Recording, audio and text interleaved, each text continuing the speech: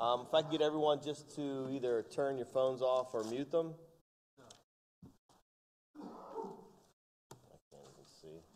Yes, that's muted. And if everyone will please rise and join me in the Pledge of Allegiance.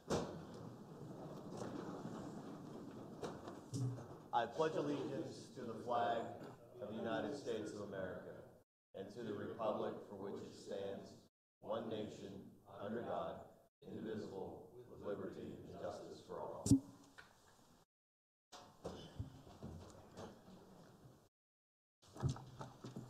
Steve, I guess you guys are up. These chairs are like, oh, can't see anybody. It's horrible stuff. Get to look at her hand. We're gonna play football.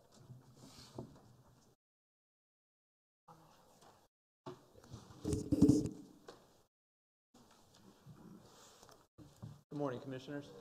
Thank you.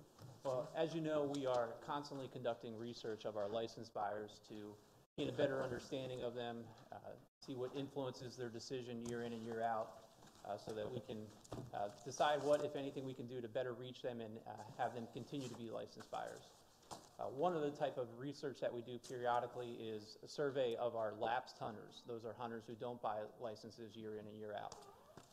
And given the fact that there's a couple issues that potentially we'll be dealing with in the next couple of months or years, being Sunday hunting, as the legislature takes a look at that, and as the board considers potentially starting deer rifle season on a Saturday this year, we thought it would be appropriate to once again conduct a survey of those lapsed hunters to measure their thoughts and feelings on a couple of other issues, but mainly on those two, both Sunday hunting and the Saturday. So I'll turn it over to Dr. Corin Jagnow. She's our human dimension specialist, and she conducted that study. Good morning, Commissioners. Thank you very much. You gave me a pretty good introduction there. So I'll just go into a little bit more detail about the objectives of this. So really just to determine the causes of lapsing and to determine possible ways to reactivate these lapsed hunters. They were given a list of 19 potential reasons that may have caused them to lapse this year.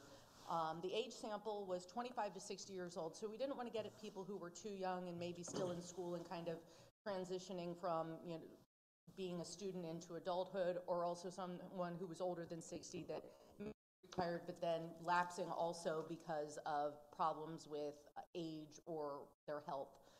So we wanted to really target people who would likely still be working and may benefit from changes intended to increase time and opportunity. They were given, in addition to the list of 19 potential reasons why they lapsed, they were given a list of 6 reasons that may help them start hunting again. And then they were asked 2 specific questions, one about Sunday hunting and the other Saturday opener, in addition to those 6 other reasons. So I'll get into all of that. Just briefly go through the methods, and this is probably something that I'll talk a little bit more on than usual. So this was just done very recently. I just did the analysis and closed out the responses middle of last week. So it was mailed to just under 12,000 resident hunters in February and March of this year. These were people who were 25 to 60 years old as of the very last day of 2018. I looked at hunters who were lapsed for at least 2 license years because we were in the middle of one, even though most of the hunting seasons were over. So these are people who didn't buy a license for the 2017-18 year and thus far had not for the 18-19. So we wanted to have people who were 2 years out. But we also wanted to make sure we had people who had purchased at least twice, maybe not somebody that just kind of tagged along for a day or something like that, and they had purchased up to 5 times. So anywhere from 2 to 5 times from the 2012-13 year through the 2016-2017 year. The methods were pretty standard for what we do. In the short time frame, we were still able to get all of those out. So it's an announcement postcard, which we include a web address for people to complete that online. That saves us a lot of time and data entry. Then also 2 paper surveys, one sent 2 weeks after the announcement postcard and another one sent about 2 weeks after that. Just to get into the response rate, and this is just something I'll talk about a little bit. So we have 22% response rate. We had just over 2,000 surveys that were usable for analysis. This gives us a confidence interval of plus or minus 2.2% at the 95% level of confidence. Just so you're aware, that is for when all 2,000 are being used. Some of these times we look at smaller groups, so that just means that are less precise estimates, and it's the slightly larger confidence interval. Just something of that 11,579, 18% of them were undeliverable. So I think that's something we need to keep in mind. So the number of people who are no longer living at their mailing address could be much higher, that their address forwarding had just ended. So I think that's something that these people are likely in a phase of transition. So we did get over 2,000 bad addresses sent back to us that person was no longer living there. And we even had nearly 90 deceased phone calls come in, which for this age range was much higher than expected. So I think that there's just a few things there that kind of speak to this lower response rate, and something we should definitely keep in mind as we go through this. Just a resident profile, again, not a surprise, just under 10% female, pretty standard in what we see in our license buying and our lapsing. The average age of the respondents was between 47 and 48 years old. Luckily, this employment status was exactly what we were looking for. The vast majority of these people were employed full-time, so 80%, even though they were only 60 years old or at the absolute oldest, still 8% of them were lucky enough to be retired by that point, 7% unemployed. Most of the rest were part-time, just less than 1% of them were students. Okay, so this next question is this hunter identity, and there's a lot of literature that hunter identity is a big part of continued participation in hunting. So we asked this question, how would you describe yourself? And we have, even though these people have not bought a license for 2 years, 70% of them think of themselves as hunters. So without having bought for 2 years, we see a quarter of them see themselves as former hunters, and less than 5% never thought of themselves as hunters. And that's interesting because these are people who bought a hunting license in Pennsylvania at least 2 times. The next question is, are they going to hunt again in Pennsylvania? And that is Pennsylvania, it's not just anywhere. And see, we have over half are certain that they will, 22% probably will, so that's 3/4 of these people saying they're probably or sure that they will hunt again in Pennsylvania. Still have 23% maybe will, and only 2% said, nope, not going to hunt anymore in Pennsylvania. So, and I did cross tabs of these 2 things together. So again, it makes a lot of sense, but just to give you a sense of the people who still describe themselves as hunters were much more likely to say that they were sure that they were going to hunt again. That's not in the slides here, or that they probably will. So I just did a quick cross tab and did a chi-square, and there was a relationship between these 2 variables. Yes? How far back did you go to as far as when they had the 2 licenses? You said they all had to have 2 licenses. 2012 to 16. So yeah, so up to 5 years in that time, but 2, yeah. So the 2012 was the far back that we had gotten the license data from, yes. Okay, now this next question that I think everybody wants to look at here. So they were specifically asked if we changed the day of rifle deer season to the Saturday after Thanksgiving, that currently at the Monday. So if we look at all of the respondents, we see just under a quarter of them say that they will definitely buy a hunting license. 36% said they would consider it, and 39% said they would not. Just something that I would like to keep in mind here as we talk about this plan versus actual behavior. We did do a survey of lapsed license buyers in 2011, and we asked them, do you plan to buy next year? And then we checked what they actually did. Did they buy a license the next year? And I do have a slide about this, and I can show that at the end of this. There was a significant relationship between planned and actual behavior, but the group that stayed most consistent with their plans were the no's. So we had only 8 people in that previous survey that went from, no, I'm not going to buy, to actually buying, whereas the people who said, yes, I'm going to buy next year, only 39% did. So I think we need to kind of keep this at the very high end of the number of lapsed hunters of this population who will actually buy, is likely to be a little bit smaller or a lot smaller than this 24.5% who said yes.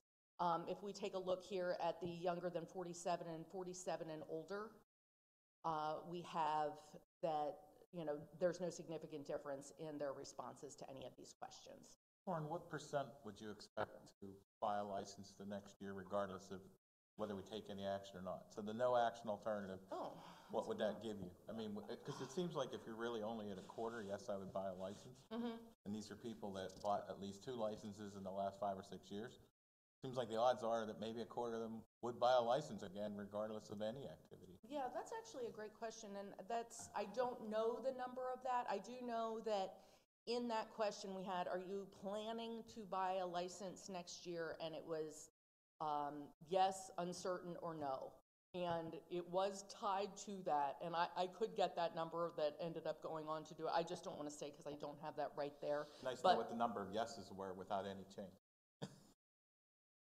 the number of yeses. You said you Yeah, asked them yes. what percentage of them would buy a license Yeah, next year. yes. Would be nice to know what that number is versus with a change in the opener. Right. Yes, and that's difficult to predict because there's always, and I think that's the whole idea, is that there was a relationship between their planned and actual behavior, but the yeses, the going on to becoming a reactivated hunter, were much lower, and without a big change in that, it is difficult to predict until we have some sort of, information about something like that, and there hasn't really been a big change since then. But we can always take a look in general at reactivation. I think that initial survey that we had done, that we had found when we first had TALs, that 17% of the people were new hunters from the previous year compared to like 20% that had dropped out. So in every year there was some difference of roughly 20% of the people becoming lapsed, but then another 20% either being newly recruited or reactivated. So that does happen regardless, and I think that's the whole idea of some of this, yeah. So I think that part of the question that Jim just asked was, if we saw a side-by-side slide of this versus the typical normal year, if there's no change, then it doesn't matter. If there is a big change, then we should look at it. But we're not seeing that correlation. And we can't look at what would normally happen versus what the question is. Right. Right. Okay, and the legalizing Sunday hunting, I included that because obviously that's something that is, being talked about a lot more even than usual. So we see here about a 10% higher number say that they would definitely buy a license if Sunday hunting was allowed, but that's a more general sense. Instead of a single day, this is, just general legalizing of Sunday hunting. We do see a significant difference in those hunters who are younger than 47, so a significantly higher number of the younger hunters say they would definitely hunt, whereas a significantly higher number of the older hunters said they would not buy a license on Sunday, and we see this consistently, between the amount of time people have and perhaps more traditional values regarding Sunday hunting, we tend to see our younger hunters be more supportive, and usually people living in more urban areas. We didn't ask about place of residence, though, on this questionnaire. Okay, and then this is just the 19 reasons that they were given for lapsing. This was measured. We said, what influenced your decision not to buy this year? They were given a 5-point agreement scale. 1 is strongly disagree, 5 is strongly agree. These are the descending mean scores.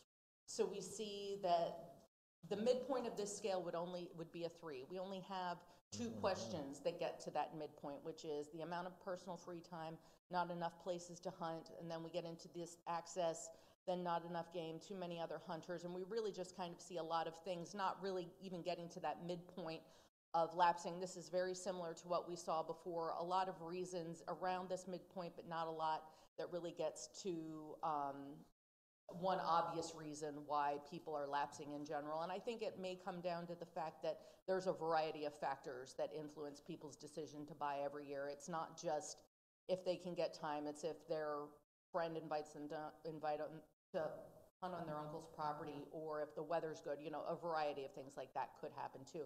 We do see that, increasing age and some other things that are really getting down further on there. Also, Lyme disease is just a tiny bit higher than chronic wasting disease, but I think that's, makes a little bit of sense. It's certainly they may know or even themselves have gotten Lyme disease, and that's not obviously anything that would have happened with anyone they know or themselves too. So I'll let you look at that, and then...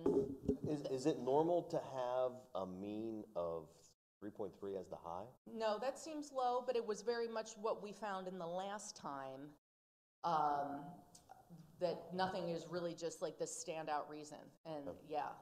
And I'm not sure that people always necessarily know why. They just maybe didn't get around to it, and whatever that reason could be, I think that when they think about it, well, I just didn't have time, and that's been replicated. And I do have the slides from that last survey done by age, and also just a slide. But again, that one is even lower mean scores for the causes of lapsing. And I think that's something else too, that when we look at what would encourage them to start hunting again in Pennsylvania, this is the descending mean scores for that, measured on the same scale, what would encourage you to start hunting again in Pennsylvania.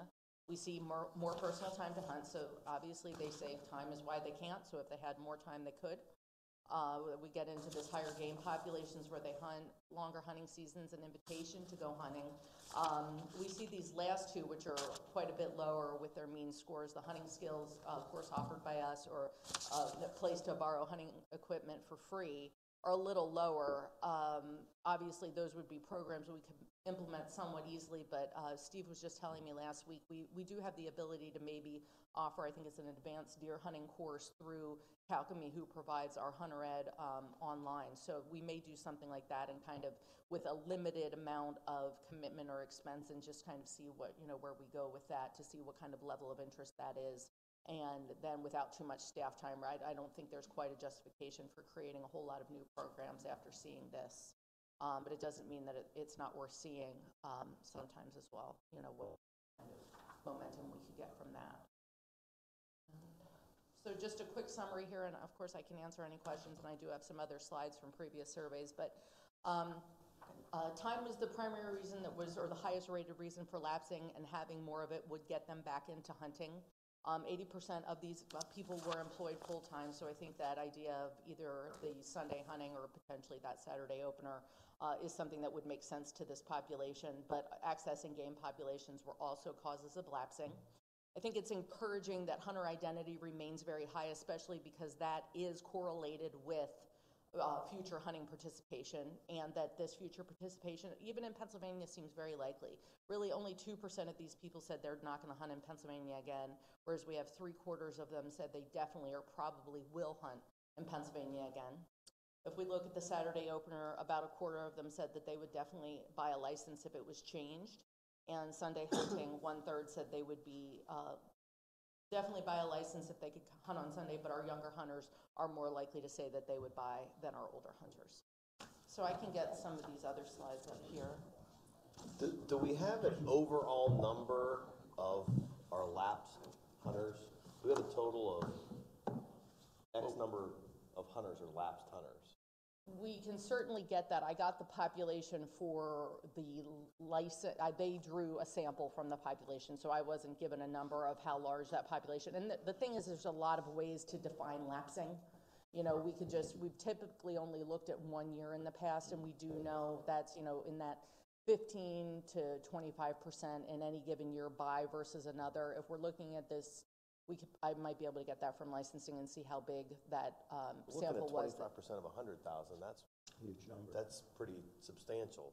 If we're looking at 25% of 2,500, then we're not looking at a very big number.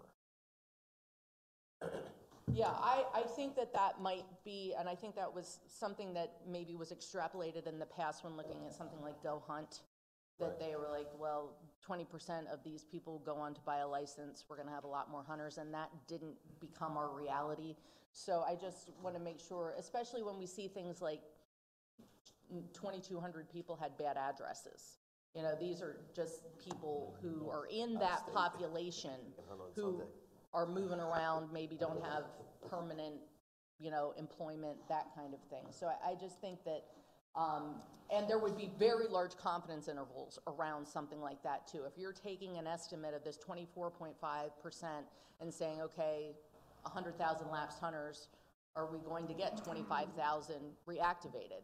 And there's also the other question of existing hunters, what they do with the change too. So I think that there's a lot of things. So this just is this plan versus actual slide. I just copied this from a previous presentation. Now, we do know that from previous surveys, I believe, at Penn State, that almost 2 million people identify themselves as hunters, correct? Right, yeah, So we do think ask that. the population's probably pretty large. Oh, yeah, I mean, we do all kinds of surveys of the general population, either through responsive management when they do a survey or the Penn State poll.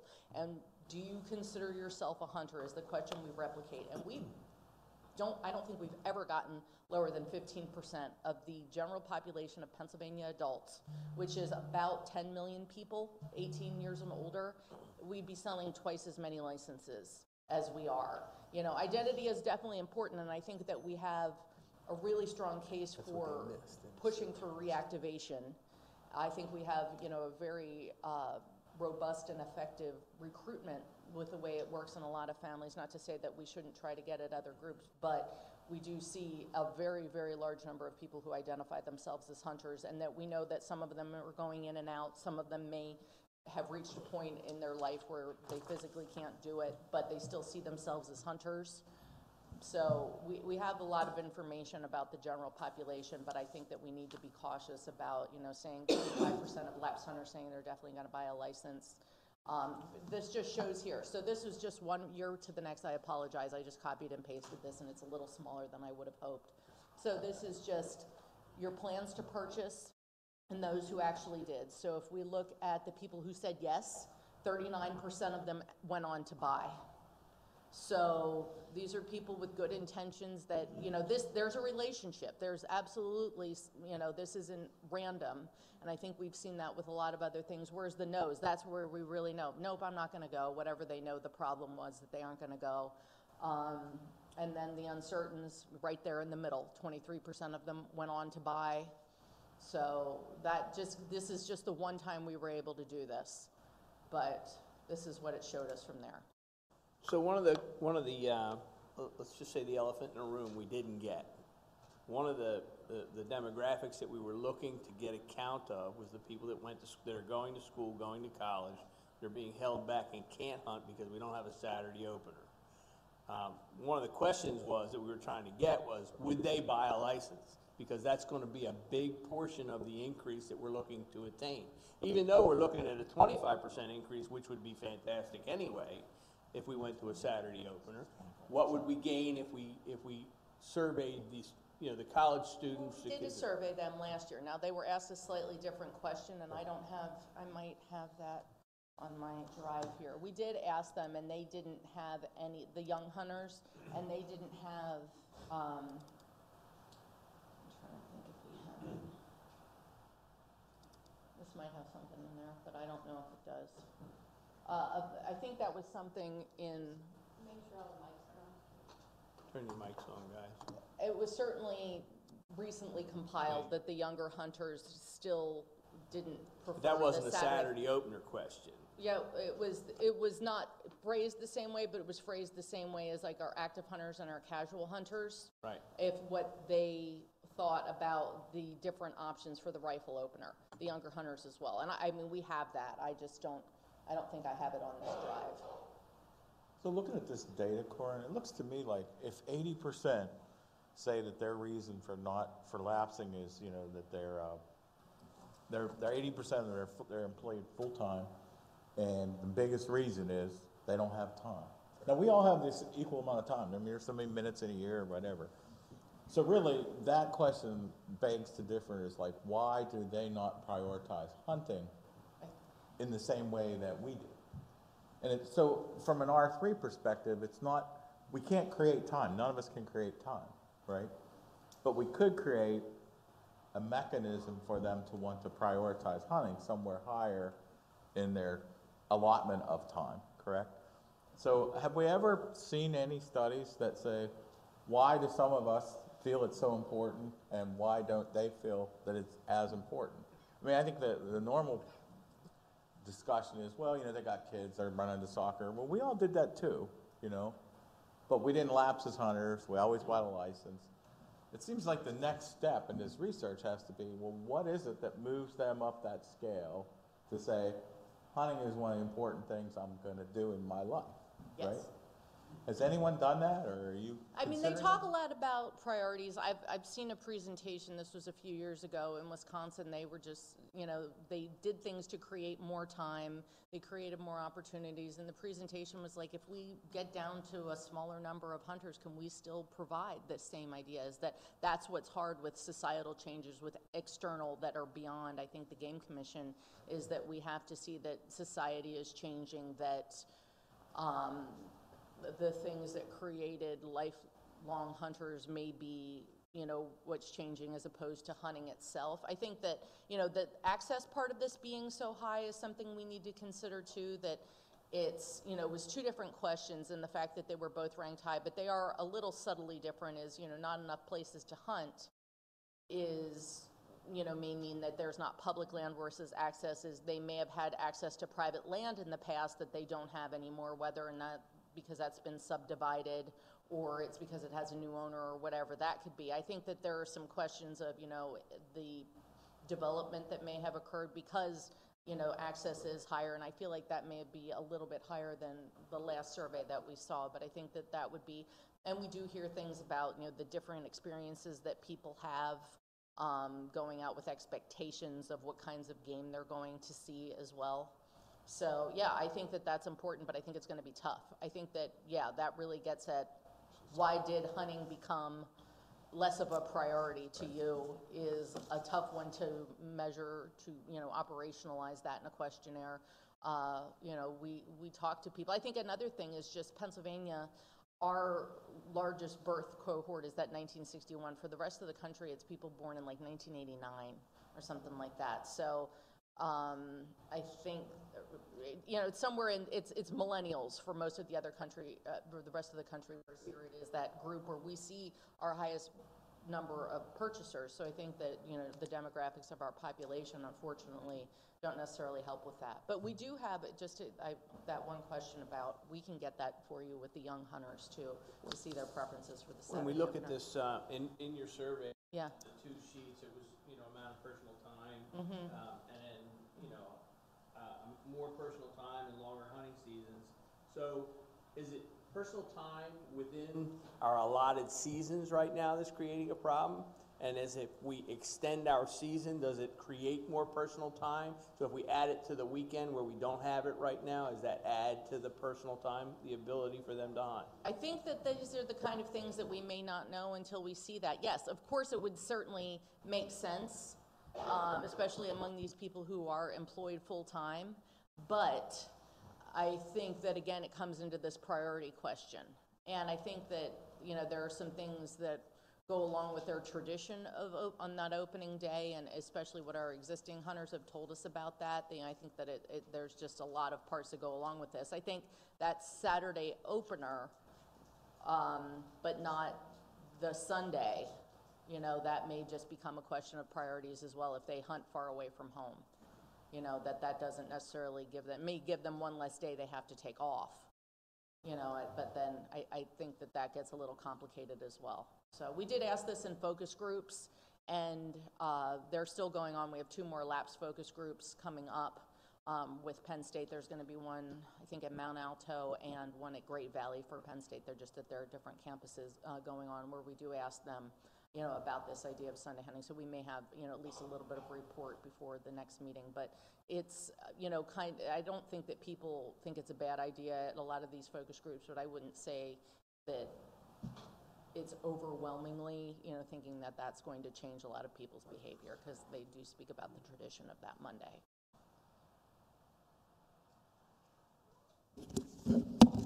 You know, what struck me, Yes. was in the respondent profile that you had 80% full-time, 8% retired, 7% unemployed, so that adds up to 95%.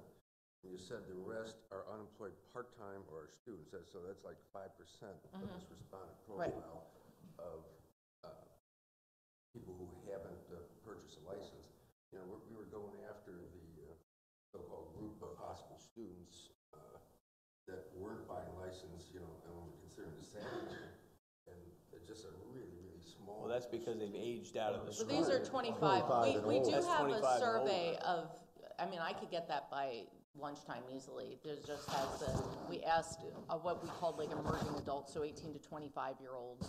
Like those are non-traditional students. Yeah, these would just be, yeah. Yeah. So this was specifically targeted to get at that, because I think at least the thought behind this was that the 18 to 25-year-olds may just have a, you know, slightly different priority schedules, things like that with college, you know, whatever that could be. But we did ask existing younger hunters, and I can give you a profile of those that were students versus, you know, those who went straight into the workforce, and I could probably do that sometime today, take a look at those existing younger hunters. I think that's something that we need to have. I mean, there's no doubt that we're looking at the younger hunter, Because as we're aging out, and you can see by our age profile of the average hunter today versus 20 years ago, that, you know, that we're aging out, so we're not getting that younger group. We need to find out why we're not getting that younger group. Is it time? Is it in fact that they can't hunt Saturday and Sunday, and they're in school 5 days a week and doing sports 5 days a week, and then coming home and not getting the opportunity? So if we offer the opportunity, do we not attract more? So we're looking at increasing our number of hunters, and that's one of the reasons that we're heading down this road. Yeah, because it's funny, because a lot of the responses we've been getting against the Saturday opener have been the old guys who are tradition. Right. Some of the more compelling stories we got for it were students. I mean, really, and that's really the kind of age group that we're looking at, not just those hunters that we want to bring back that are 25 and older, but those ones that we want to keep a hold of while they're in school. Sure. And also, Tim, we had some of the respondents that are starting in the workforce early, under that 25, they can't get time off. Yeah, because exactly. They don't have the seniority in work to get to hunt opening day, so they don't buy their hunting license, because I'm not going to get out and hunt, because everybody has that thought that if I don't hunt opening day, I'm not going to kill something. Right. And that's just not fact, and it's proven out through all of our hunting seasons. It's not fact. But we hammered it into everybody for years. Brian, if you remember, like 70% of the bucks are taken on the first day. Right. So we kind of did that to No, ourselves. I'm not, yeah, agree with you, exactly. yeah. Well, and the reason that occurred was when we had 1 million hunters in the woods, we had everybody moving around, and we moved more deer around. Right. Today, we're having 500,000 hunters in the woods on opening day. We're not moving the deer like we used to. We're not driving the deer, and the reason is we don't have the younger hunters to do it, because that's a young man's game. Absolutely, yeah.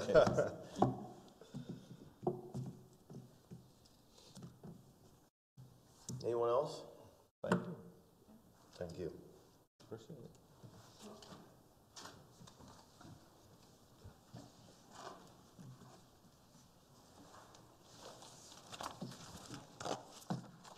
Wildlife protection.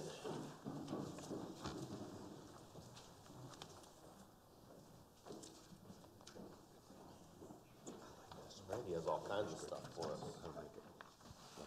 Good morning, sir. Are you in support of that? What's that? The county.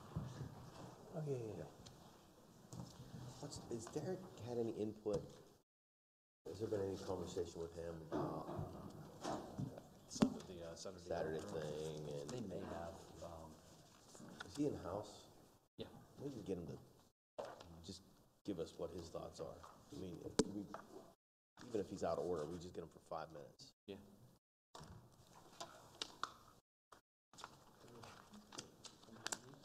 Sorry? Yeah. Yeah, they just left.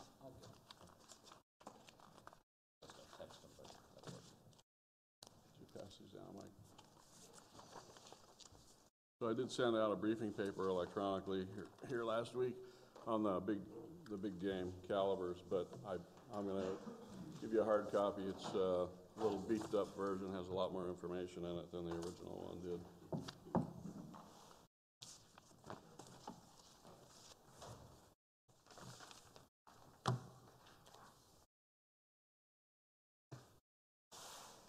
So this is something that Commissioner Fredericks asked me to take a look at, and what he wanted to do was review the allowable calibers that we have in our current regulations for harvesting elk. So what our current regulation says is that hunters have to use a .270 caliber firearm with a 130 grain bullet. And Commissioner Fredericks specifically asked us to take a look at the 6.5 millimeter rifle for hunting elk. So what I did was I did a little bit of research, and I'm not sure what the basis for the 270 and the 130 grain bullet was when we started elk season back in the early 2000s, but at that time the 6.5 millimeter Creedmoor round, which is one that specifically Commissioner Fredericks asked about, was that round didn't come to be until like 2007, so it didn't exist. So a general recommendation for the energy desired to harvest an elk-sized game animal is about 1,200 foot-pounds of energy. Randy, where'd that come from? That's just That's just the general consensus that you look at, Rocky Mountain Elk Foundation, a webpage, and different sporting organizations. I don't think there's a scientifically established number, but just the general consensus is like for black bear and elk is around 1,200 foot-pounds of energy. For white-tailed deer, around 1,000 foot-pounds of energy are kind of generally accepted numbers. So if you look at what our current regulation is, 270 with a 130 grain bullet, it produces greater than that 1,200 foot-pounds of energy all the way out to 500 yards. Now, obviously, when you talk about ballistics, it's a very scientific thing, and you have a lot of factors that would weigh into that, whether it's the length of the barrel of the rifle, the smokeless powder that's used, the specific loads that's used, the bullet design of the specific bullet, etc. But generally speaking, for a generic 130 grain hunting round at the 270 would produce that minimum about 1,400 pounds of energy, actually out to 500 yards. So if you look at the 6.5 Creedmoor round, which is a slightly smaller caliber, with a 120 grain bullet, produces about 1,200 pounds of energy out to that same 500 yards. So it certainly appears that the 6.5 millimeter round would be more than adequate for hunting elk in Pennsylvania. So the simple recommendation, if the board decides to do that, would be to reduce the current caliber requirements from a 270 caliber to a 26 caliber with a 120 grain bullet, and that would allow the 6.5 millimeter Creedmoor round to be utilized for elk hunting in Pennsylvania. Randy, there's other calibers that would take in though, right? The 264 Winchester I can think of. I mean, do we want to be starting to look at every individual caliber? And I guess if you went this way, are other calibers of 260 and up sufficient? Is it only the 6.5 Creedmoor? I don't know. I haven't looked at them, so I don't know.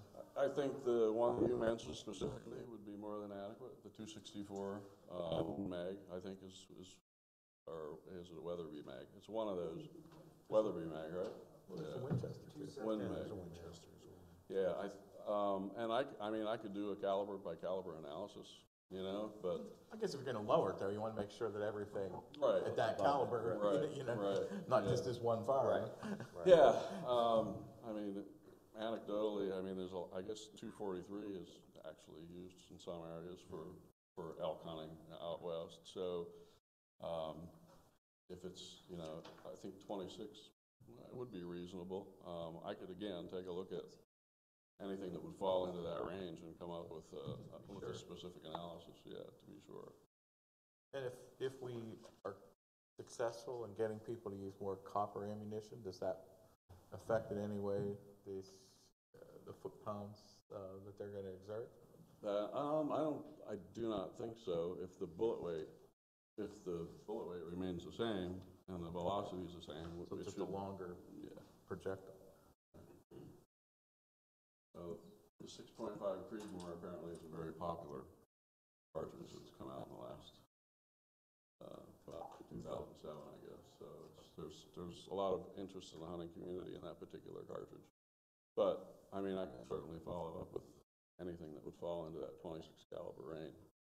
The thing is, when you do that, then the guy with the 25-06, which is probably fine as well. Like, where do you draw the line? And Right. Why do you want to keep? Where do you draw the line? That kind of goes into the next part of the discussion as well. Since Commissioner Fredericks brought up the elk hunting caliber, I decided that maybe we at least open the discussion for minimum calibers for white-tailed deer and for bear hunting in Pennsylvania. Right now, our current requirements for both bear and for deer are centerfire cartridge only. That's it. I'm not going to sit here and say this has been identified as a problem. We have an issue with this, or it's been this way for decades, and we've never had an issue that I am aware of with hunters using undersized cartridges. But the fact of the matter remains that our current regulations allowing any centerfire, there are some centerfires out there that clearly are not suitable for white-tailed deer hunting or for bear hunting. And some of those are listed on the sheet here. There's a 17 Hornet, which is a centerfire cartridge. There's a 17 Remington Fireball, a 22 Hornet, and a 204 Ruger are cartridges that I would suspect there would be nobody that would actually want to use those for a lawful harvest, a lawful and ethical harvest of a deer or a bear. So those are centerfires that are currently lawful, and I guess the question is, should they remain lawful? Now, beyond those particular calibers, there's others that are 22 caliber centerfire cartridges, which were clearly designed for varmint hunting or predator hunting. Although some would argue that under the right conditions that they could be used for deer hunting, and that would depend on using a premium bullet, using a specific tailored hand load for the firearm in question, making sure that you take the perfect shot on the deer that's standing still, it's broadside, etc. All of those things. So again, some people would say they're overpowered cartridges. Some people would say, I've killed a lot of deer with those cartridges, and you can't tell me they're underpowered. And some of those cartridges include 218B, 221 Fireball, 222 Remington, 223 Remington, 22-250 Remington, 224 Weatherby, and the 220 Slim. Some of those cartridges were clearly designed for light projectiles, high velocity, designed for varmint hunting and that type of thing. Because of some of those calibers being extremely popular, there are actually ammunition manufacturers who have tailor-made ammunition specifically for deer hunting. The effectiveness of those, I really don't know. I can't speak to that. So I did a survey of the Northeast chiefs and regarding the calibers for big games in their states, and it's all over the place. The states and the provinces are all over the place on calibers allowed for big game hunting. New York State, for deer or bear, any centerfire rifle, which is what we have here in Pennsylvania. In Maine, I find this hard to believe, but you can actually shoot deer in Maine with a 22 Magnum rimfire in the state of Maine. They grow some big deer up there. Bear in Maine would be centerfire rifle or any shotgun that shoots slugs. Nova Scotia, deer or bear, 23 caliber or greater. Connecticut has to be 6 millimeter or larger, which is a 243 caliber, where rifles are permitted for deer. Virginia, deer, bear, and elk, centerfire rifles, 23 caliber or greater. Massachusetts is shotgun only, not larger than 10 gauge, with slugs or buckshot. And in bear in Massachusetts is 23 caliber or larger. Vermont, deer or bear, they have no restrictions at all. There's no restrictions. And Maryland is one of the handful of states that restricts by the foot-pounds of energy that the firearm produces. 1,200 foot-pounds of energy at the moment, which is great on a piece of paper, but there's absolutely nothing that a game warden in the field can point to say that, oh, you're good to go. That produces 1,400 foot-pounds of energy. So you know, we can't have our officers running around with scales and bullet pullers and all that kind of ballistics charts and tables, which is why we do it by caliber here in Pennsylvania. But so if you look at overall picture across the country of the states and the Canadian provinces, 20 of them allow any centerfire, which is exactly what we have. 7 require a minimum of a 22 centerfire. 7 require 24 centerfire, and this is for specific to deer hunting. 5 are shotgun only. 5 are minimum 23 centerfire. 5 regulate by the foot-pounds of energy, and that's anywhere from 900 foot-pounds to 1,200 foot-pounds of energy for white-tailed deer. 1 has a minimum of 25 rimfire, which is West Virginia, And the state of Maine finally has one with, as the minimum of 22 Magnum rimfire. So I just wanted to have this discussion, open it up. Like I said, when I prefaced this discussion with the deer and the bear anyway, as saying that there's really no, I can't point to anything that says we have to fix this because it's broken. You know, so we can look at eliminating some of those minimum inadequate calibers. Or we can leave it the way that it is and leave it up to the hunter to use common sense and good judgment and discretion on what they should be carrying out into the woods with them. I don't think anybody intentionally wants to go out there with an underpowered cartridge, but I thought I'd throw that out on the table since we're having a discussion related to elk, and I can certainly do a little bit more on the elk part of it to look at any other calibers that would fall into that 26 range. I'm okay with working on the elk part of it, but I'm gonna say, if it's not broken, we have a lot of other issues on our plate. We don't need to make it harder for people to figure it out. So, and again, I mean, the most popular caliber in the state's 30 caliber for Right. deer. So, I mean, you know, people are figuring that out on their own. I don't think we need to regulate it. Brian, you think if semi-automatics come into play, you know, at some point in the future, that people would be using the 223s or 5.56? Absolutely, absolutely. And do you see a problem with that, or you think that's? No, I don't see a problem with it at all. Yeah. Does anybody see a problem with that, with the 223s? No, I remember talking to Matt before he retired, and the first person that he checked was a female, or this specific hunting season, because we had talked about calibers and looking at changing them for deer. And he said literally the first girl he checked on the opening day had harvested a deer with a 223. Yeah. It's an easy caliber with little recoil that is great for kids and, you know, people, smaller stature. I wouldn't argue that at all. There's a lot of deer points to 22. Indeed. If you talk about who would kill them, it's bullet placement. Yep, agreed. Bullet placement's the most critical factor, yeah. And we don't address that at all here. No, that's the individual shooters. Yeah. And that's, you know, if you eliminated some of the 22 center fires, I guarantee you that there would be guys that would come out of the woodwork on the reloading benches with, you know, I use this brand bullet or that brown bullet. This is the load I've worked up over the years. I've shot 50 deer with a 222 or a 223 or whatever the caliber might be. So there would be some resistance to it, I'm sure. And from I agree with what you're saying. It's a very small percentage that are going through those means to make sure that it's clean. But what can we do as a commission to put out information to say you should use bigger calibers? Do we do anything? Do we get involved with that?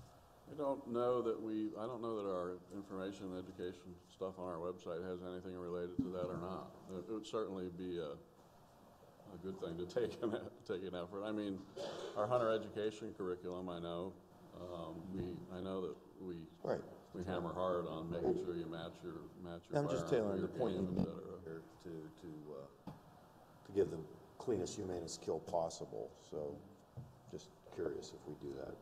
Randy, is it just caliber, or does it say it has to be a rifle? So, you know, if you're out there with a 357 Magnum with a 4-inch barrel, okay, you've got the 35 caliber, but you probably don't have 1,200 foot-pounds of energy. Right. No, I think the way the reg's written right now in regards to handguns is any centerfire. Any centerfire would So, be. I'm just talking for elk, you know, but Yeah. if that's all it says is the caliber, but not that it has to be a rifle. Right. It seems like you're allowing a lot of other, you know, my little 4-inch nickel-plated 357 probably isn't the ideal cartridge. Not for an elk, no. I wouldn't think too many people would do that, but you never know. Now he's putting ideas in everybody's head. Well, I'm just saying, though, it'd be easy to add the word rifle if you're gonna change it to 264. Yeah, Yeah, that would be easy to do. Good idea. Good idea. I thought I saw something, or a letter from somebody that they wanted to know if they could help with the pistol. One of the GM comments. I'm almost sure I saw that. Doesn't say you can. Yeah, center fire. You can't, as long as it's center fire. I don't know if we want to get into regulating, you're going to have a lot of people angry. I mean, I'm good with weights, keeping the regulation the way it is for deer, but bear, do we want to, Bear are we seems a little concerned lame. about that? Yeah. And is that something, do we have any statistics that say, you know, Problem with that Tony is. went out and shot a bear with a 22 and it never, Never flinched, We yeah. recover, hunters recover big game animals that are lost in the woods every year. doesn't matter what What caliber. was the loss? What was the reason for the loss? You know, that's something that you can't really put your finger on. As far as, I found a dead bear laying in the woods, a week after bear season. What was it shot with? We don't know the answer to that question. I think most hunters are going to use a 30 caliber bullet or a minimum, at least a 270. I think we have to give our hunters credit for that, I think. But, like I said, the whole point of the discussion is there's a 17 rimfire, or a 17 centerfire, or several of them that would be legal to take out into the bear woods. Do we have anyone seen those show up in the field? Ever?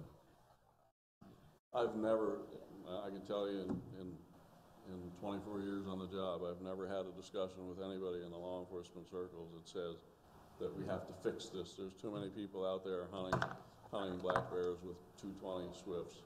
You know what I mean? It's just, and that's why I prefaced this discussion like I did, because it's not an issue that is something that screams that it needs to be fixed right away. It's just.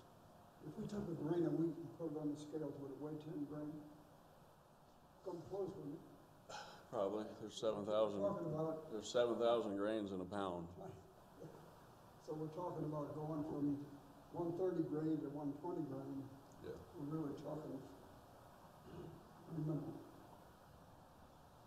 Yeah. So, we can leave it, like I said, we can leave it where it is, or I can draft some regulations maybe to address the bear thing. You tell me where you want me to go with it, and we'll certainly do it.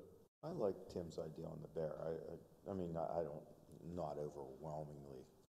I mean, what we do. I really don't have, Yeah, I don't have overwhelming. Yeah, I think you gotta think though, if somebody's gonna go out and spend their time, buy a bear license, whatever, they wanna bring down a bear. Right. They're probably not gonna go out with Right. 17 I caliber. agree, They yeah. may go the opposite way and get like a 375 Right. Weatherby or something, Right. but they're not gonna, you know. I agree. Tendency is That to falls go. into regulating common sense. Yeah. Right. You can't You regulate can't do common that. sense. Yeah, I don't have an overwhelming feeling. Just, I thought it So was. just deal with your I think the elk issue is what. we Look need at to the elk look at. issue and leave the rest as is. Yeah, That's my yeah. opinion. Is. Good.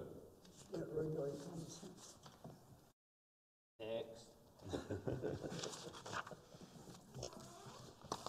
Next is, on the agenda, is additional requirements for deer control permits.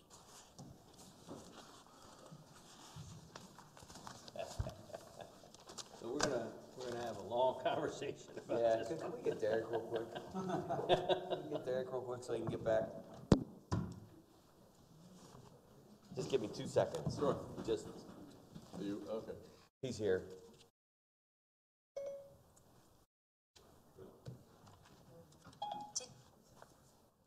Just turn it on. I did, but Siri turned on me, whatever.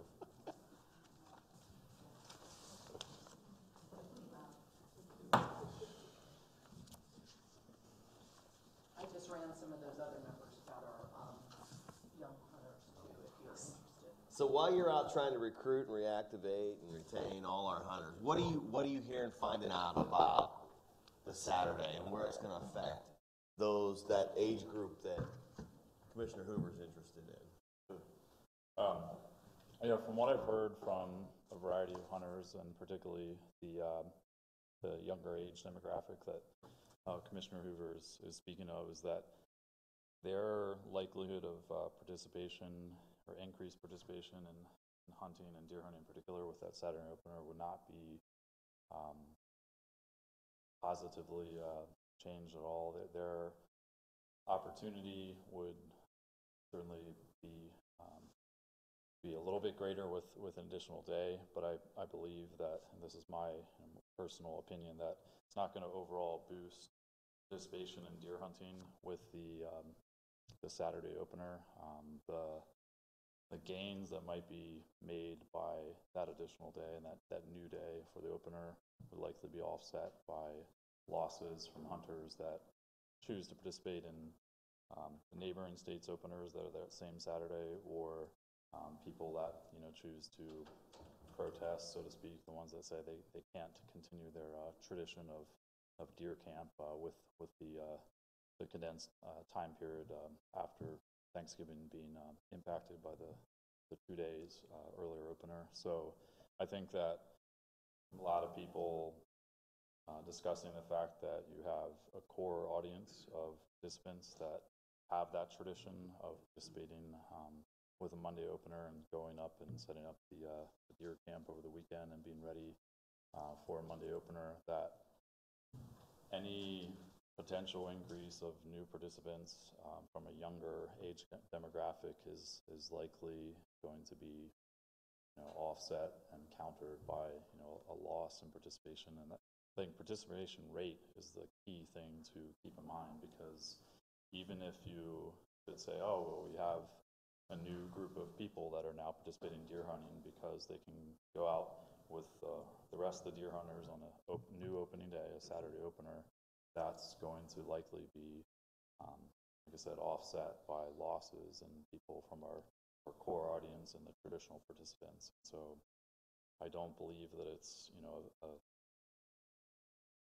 valuable decision or move to change the opener simply based upon the potential, the unproven potential to draw in a brand new audience of participants. Let me ask you, okay, so we're going to pick that apart a little bit. Sure. I mean, I can't just let that go with that statement. First, you're concerned about other states. It's okay for our hunters to leave to go to hunt Ohio and to hunt New York on that opening day, but it's not okay for Pennsylvania to have its hunters stay in Pennsylvania and hunt that opening day. Or it's not okay for New York hunters or Ohio hunters to come into Pennsylvania because it would be the same opening day. So that statement throws me. The other part of that statement is I hunt a lot out west. Most of us have hunted out west. I can tell you that there's very little opportunity for me to hunt opening day out west. But it doesn't stop me from going out west to hunt the second or third week of the season and possibly getting the same deer the second or third week of the season. So this theory that we kill all the deer opening day and it's no good to hunt throughout the rest of the 2-week season, we've seen fall apart. We had people that were against our split seasons for forever when we brought up the fact that we were going to split the seasons, and we did it a little bit at a time, and eventually we have the whole state on a split season now, and everybody's super happy with it, and we're killing more deer that Saturday, by the way, than we are almost the rest of the season. So let's talk about some of those numbers. Yes, we're trying to affect the population of younger hunters to get them in. Are we trying to kick out the older? Absolutely not. But change is difficult for older people, and we all know that. I'm the same way. I go through this all the time. Yes, we're going to change some traditions, but nobody says you have to hunt here on that Saturday. You can hunt Monday and keep your tradition the same and not make any change, because the guy that's out there on Monday saying, I only heard 4 shots in 10 miles, is going to see the same deer and kill the same deer on Saturday that he would have killed on Monday. So. Well, but here's the problem. I mean, your theory and my theory are all the same. I get that. Obviously, we're paying Derek to find out what we can do to keep hunters active and to rejuvenate those hunters that are not. And if this isn't working, it's not working. I mean, Derek, I want to counterpoint as well. Lived through the point restrictions. Now it's the greatest thing. Back then, all my uncles were going to burn their license, never hunt again. And I'm talking, I have 26 uncles that were all going to burn them and light the game commission on fire. You know, to forward to the complaints of numerous, and I won't mention the businesses by name that feel they're supported, when pressed those older individuals that have been around for 30 years, business owners, because that's the mantra, we're not going to buy a license of people anecdotal. I pose the question, do you really believe somebody in Pennsylvania is not going to buy a license over this issue? I don't believe it. So, I mean, there'll be protests, I'm agreeing with you on that. But anecdotally, sitting in the deer wars, I said I was never going to buy a license again. I can tell you I didn't miss one beat on it. So, I just want to point that out. Sure. That's my personal opinion. One thing you say though, Derek, and I guess I would agree with this, especially after what Corin did. So she went through this whole laundry list of why people don't buy a license year after year like we all do. There was like 19 or so different reasons, and not any single one of them that really stood out. So we may make a minor impact actually on those younger, and I'm not talking just, you know, college age, I'm talking like 35 and under. We may make a minor impact there. We're probably going to make some kind of a negative impact on the other end of the scale with the older hunters. Now, eventually they're going to, you know, move on, maybe by choice, maybe not, but, you know, that's going to happen. But I think when you really start to weigh, especially with the long seasons we have, I mean, now so many people in archery, so many people that can now use a crossbow. So, you know, when you think about that, they, you know, even an older hunter can crank the crossbow up and use that, that device. And then, you know, you have the flintlocks later in the year. I mean, you can pretty much hunt deer anymore for about 3 months out of the year. The more I look at it, that one particular day, is that really going to be an influence when there's 19 reasons people don't go out and buy a license? I got to think you're probably right. I mean, I think we might get that minor bump. And in an age group, we would love to get the bump. But is it going to be enough to make a difference when there's 19 reasons? You know, I'm a hunter ed instructor, so was it 2 years ago we had the millionth student come through here? So if you think about it, we put 1 million people in the pipeline, we got 850,000 hunters. Where do they go? Okay?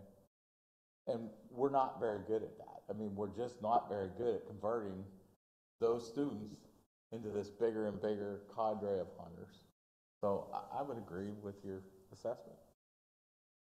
How did you compile your information? What did you use? I mean, other than the GM comments?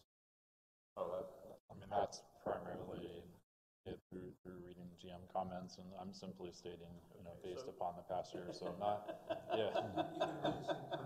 So that's your opinion. Right. That's why I said it's an opinion, so the better information is to come from Yeah, but I mean, surveys, so. but his opinion's important because that's what we're paying him to do. Is No, I figure understand. out, figure out this problem. We're asking for scientific information as to why. This is, Well, we need some anecdotal. big I mean, he's unknown. going out and talking to organizations to try to find out what's going to bring them back. And I think if we look at a national perspective, from what many other states, and you can't say Pennsylvania is like any other state, we're very unique. Each state has their own challenges and issues that they're dealing with when it comes to hunting and making positive impacts on the opportunity to bring new hunters into the fold. And I think that what I've observed that other states are trying to do is provide a better experience for the customer with an emphasis on the newer customer. And so if you would say, well, we have surveys that show our newer customers, these younger generation of hunters, are looking for an opportunity to get a field more during firearm season, then that would make sense that you would be, you know, driving towards that regulation change to say, hey, we need to have this Saturday opener. I don't think that looking at how other states have structured their seasons, that this is necessarily the perfect solution. Other states that have changed or switched around opening days, you know, have mixed results. And so in terms of saying, hey, this is absolutely the answer to bring in new younger hunters, get more people afield, increase participation rate, there's really no easy way to say, yes, absolutely, that'll do the trick. So let me ask you a question. Have you looked at how many other states open on that one particular Saturday? On a Saturday we're looking at, or we're only any talking Saturday? about Maryland. I'm sorry? On the Saturday that we're looking at, or any Saturday? No, on that Saturday after Thanksgiving. How many other states open on the Saturday after Thanksgiving? Maryland's really the only state we're talking about as a shared opener date, potential opener date. So When you say shared potential opener date, what? I'm just saying. So there's currently is that Saturday. You're talking about moving it to that same Saturday, so you'd be sharing opening day, and knowing that we have many Pennsylvania residents that hunt Maryland. So the biggest complaint in tradition is that I can't get to my camp on time. Yeah. I can't walk around in the woods or I have to open my camp up on Saturday. I have to shoot my rifle in on Saturday, and I have to walk around the woods on Sunday and fix my tree stands and make sure the deer are moving around in my area. And then on Monday, I only hear 4 shots during the opening day, and they were 10 miles away. Is there a correlation to all that drives the deer 10 miles away? That's not his job. That's not his thing. That's a good question. All right. Derek, thanks. I appreciate you stepping up. I didn't mean to throw you under the bus, but I thought that it was good to get your opinion and find out what you were hearing while you were out. In the R3 world, a lot of the decisions are driven by data, as they should be, and in a lot of cases, though, there have to be some tough decisions made that are based a little bit more upon opinion, that we think that this is going to be the best benefit for our new generation of hunters. So it's a big challenge. So before he leaves, and before the two of you leave, we in the very beginning of this, when we started to talk about a Saturday opener, I threw out a plan that would open the Saturday after Thanksgiving below Interstate 80 and leave the camps above Interstate 80, which is where most of our camps are at this point. What do you think of a viable option? Would that be a viable option that people would see? Because when I think of that, I think of all the people that say, well, I can't hunt that Saturday because I go away and I hunt somewhere else. Or are all the camp hunters that are crying right now that they can't open their camps up going to be down below Interstate 80 hunting on that opening day, and then turning around and going upstate Saturday evening or Sunday, and then setting their camps up and doing exactly what they're complaining about now? Well, I know in other states where they have the openers split based upon geography to allow people to actually have potentially 2 opening days, a Saturday and Monday, as you're speaking of. I know that has appeal to a lot of people. They feel that being a field opening day is their best chance, the highest opportunity to harvest a deer, and so perhaps that would be a reasonable. So 2 opening days would be a win-win situation. Yeah, I mean, But the downfall to that is, are we going to hurt participation in the camps because everybody will be down below 80 shooting a deer? Yeah, That's their choice. They're doing it by choice. Right. Yeah, it would be by choice at that point. Exactly. Well, just participation in the camps, some anecdotally, some witnesses. Monday by noon, the 7th, if they haven't got, they're leaving the North Central anyway, and Tuesday morning they're vacant until they come back Saturday. So that's a fact. The officers that are in the field can tell you that. So. Then a majority of the camps are empty by Tuesday. Absolutely. If we go that route, does that mean we're pro-choice?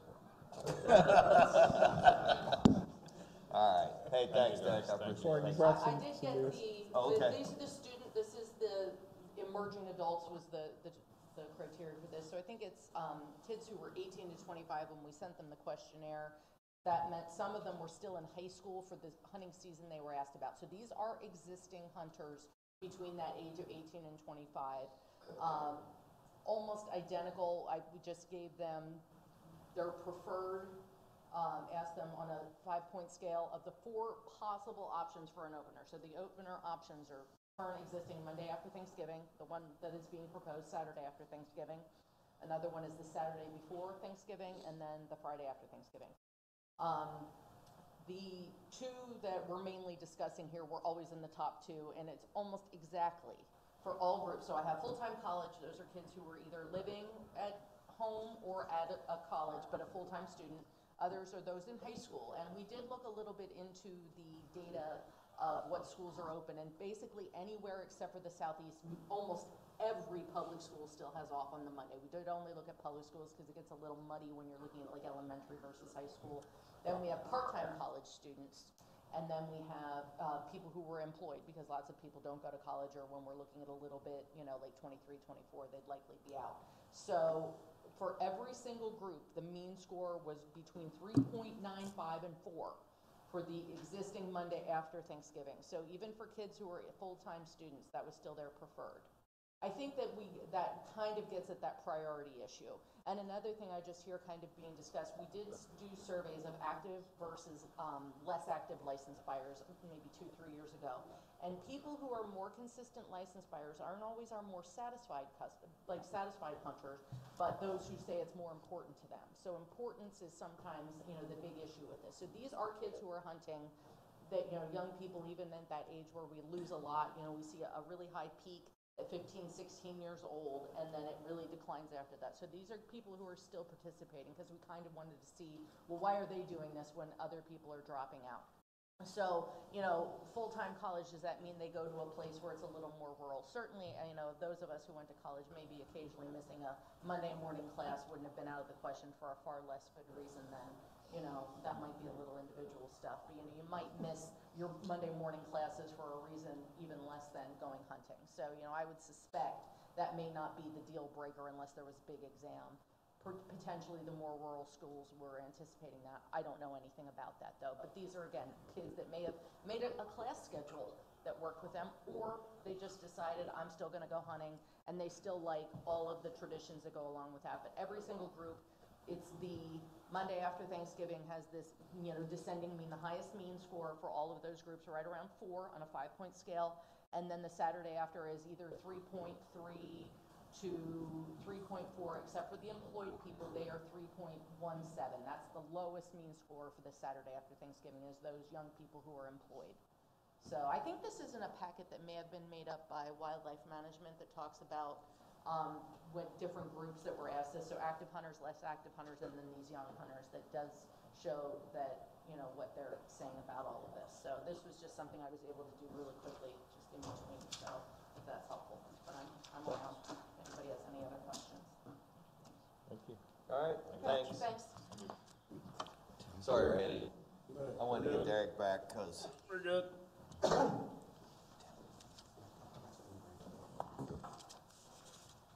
How long is this next one going to be long? I have no idea. All right. Commissioner Fordora needs a break. Let's take 10.